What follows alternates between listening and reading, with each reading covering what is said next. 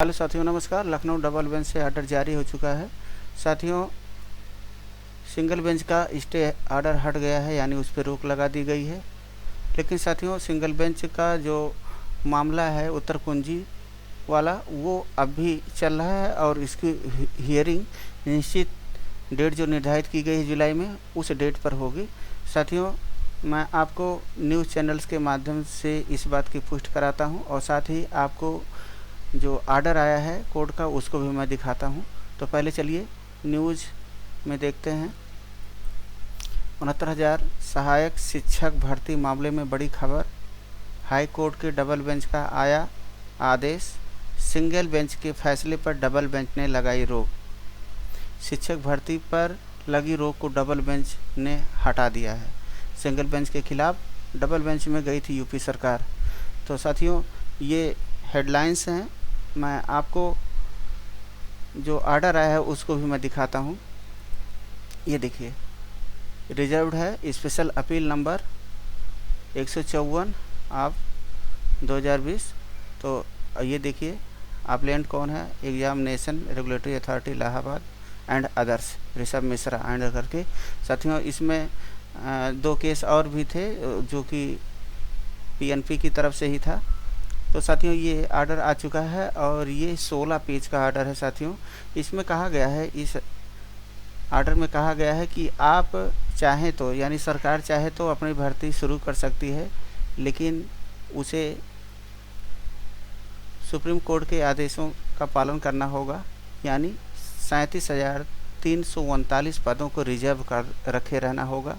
यानी उन पदों को छोड़कर चाहे तो सरकार भर्ती प्रक्रिया को आगे बढ़ा सकती है।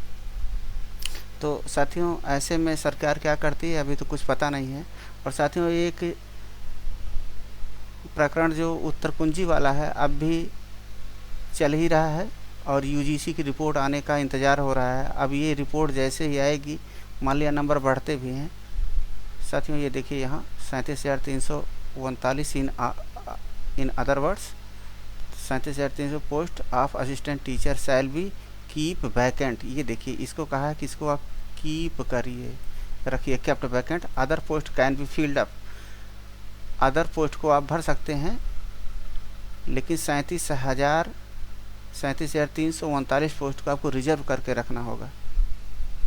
तो साथियों, अगर चाहे तो भर्ती प्रक्रिया सरकार शुरू कर सकती है, लेकिन यूजीसी से जैसे ही रिपोर्ट आएगी, मान लिया उसमें नंबर बढ़ते हैं, तो निश्चित रूप से सरकार को फिर से नई काउंसलिंग लिस्ट जारी करनी होगी।